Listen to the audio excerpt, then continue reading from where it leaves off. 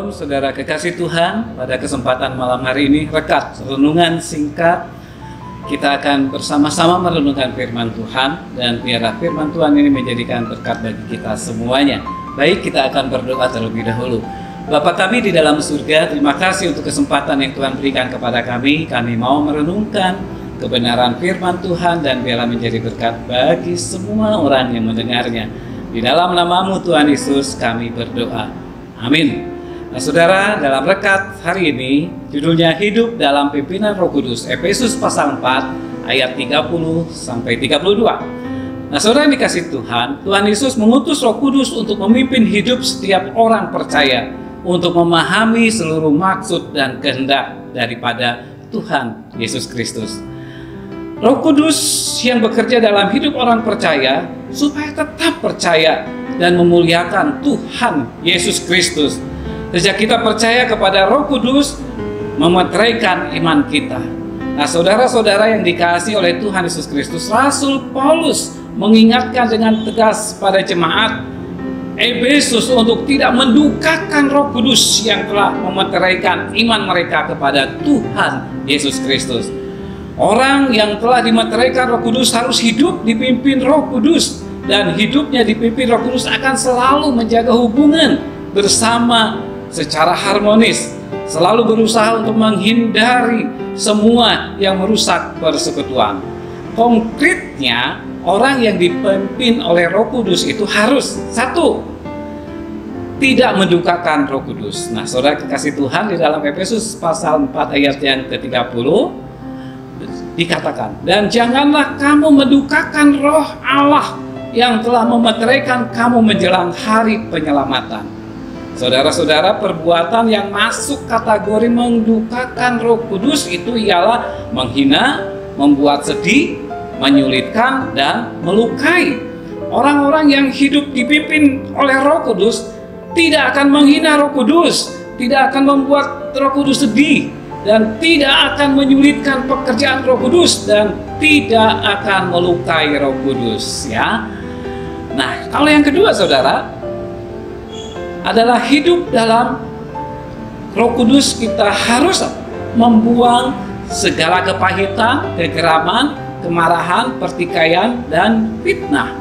Nah, masing-masing orang percaya bertanggung jawab untuk tidak menyebabkan orang lain marah, tersinggung, dan dendam.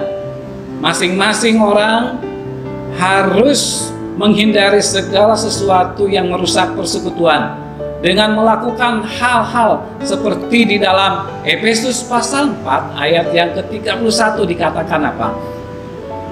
Segala kepahitan, kegeraman, kemarahan, pertikaian, dan fitnah hendaklah dibuang dari antara kamu, demikian pula segala kejahatan. Nah saudara-saudara, Rasul Paulus mengatakan bahwa jemaat Efesus mengingatkan sekaligus memerintahkan jemaat Efesus supaya mereka membuang segala kepahitan, kegeraman, kemarahan, pertikaian, dan fitnah, dan segala kejahatan. Saudara yang dikasih Tuhan, setiap orang mampu menyelesaikan setiap akar pahit dalam hidupnya dengan mengampuni diri sendiri dan juga mengampuni orang-orang yang dianggap terlibat di dalam penderitaan hidupnya. Kita harus mampu mengandalkan emosi sehingga kita dapat menanggapi segala sesuatu secara dewasa dan tidak dikuasai kemarahan. Orang-orang Kristen harus berbicara. Orang-orang Kristen harus menilai serta memberitakan segala sesuatu berdasarkan fakta dan data yang jelas, supaya tidak dianggap sebagai penyebar fitnah, hoax, ya. Saudara-saudara, jika di antara kita ada yang ada kejujuran dan transparansi, maka tidak akan pernah salah paham dan tidak akan ada pertikaian. Sebab itu, saudara yang dikasih Tuhan, kita harus menghindari pertikaian. Nah yang ketiga saudara-saudara, orang yang dipenuhi Roh Kudus itu adalah hidupnya ramah satu terhadap yang lain. Salah satu ciri hidup orang yang dipimpin Roh Kudus dalam sikap dan perbuatannya terhadap orang lain adalah ramah. Kembali di dalam ayat ini saudara, Efesus pasal 4 ayat yang ke-32. Tetapi hendaklah kamu ramah terhadap orang yang lain, kasih mesra dan saling mengampuni sebagaimana Allah di dalam Kristus telah mengampuni kamu. Tiap orang yang berharap kepada orang lain menerima dengan ramah, sementara dirinya tidak peduli dengan orang lain. Kita harus ramah terhadap siapapun. Kepada orang lain kita boleh berharap ramah, dan kita bahkan terhadap orang yang tidak ramah pun kita harus ramah. Ramah berarti apa?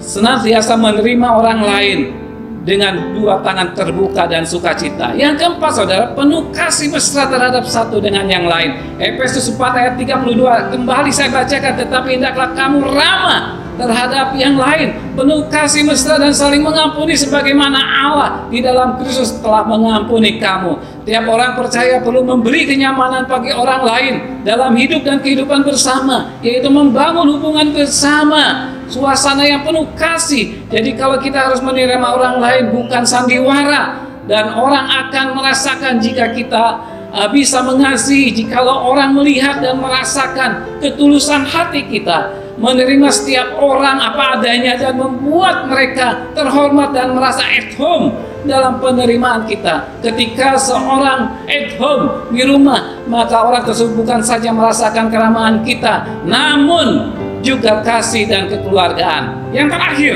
yang kelima saudara, saling mengampuni seorang terhadap yang lain. Efesus pasal yang ke-32 ayat yang pasal 4 ayat yang 30, tetapi hendaklah kamu ramah terhadap orang lain, penuh kasih mesra dan saling mengampuni sebagaimana Allah di dalam Kristus telah mengampuni kamu.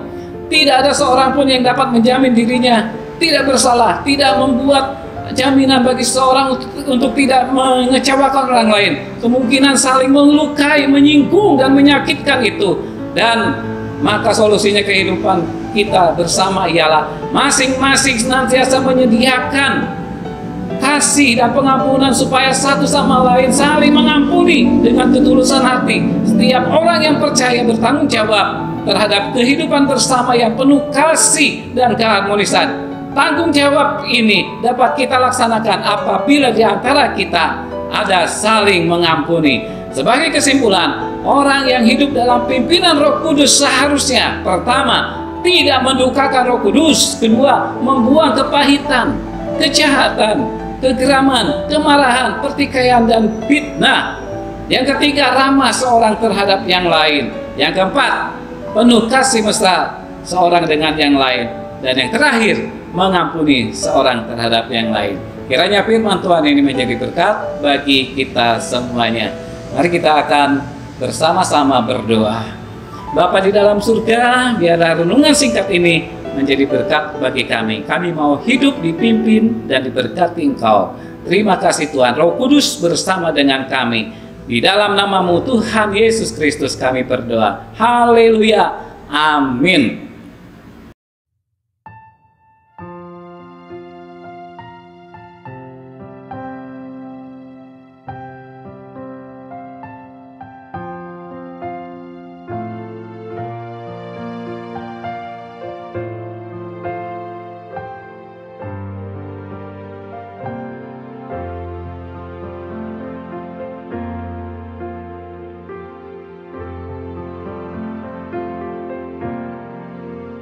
Tuhan harapanku sepanjang waktu, suara-Mu ku dengar lembut merdu. Tuhanlah harapanku, ya sepanjang waktu, sekarang juru selamat berkatiku.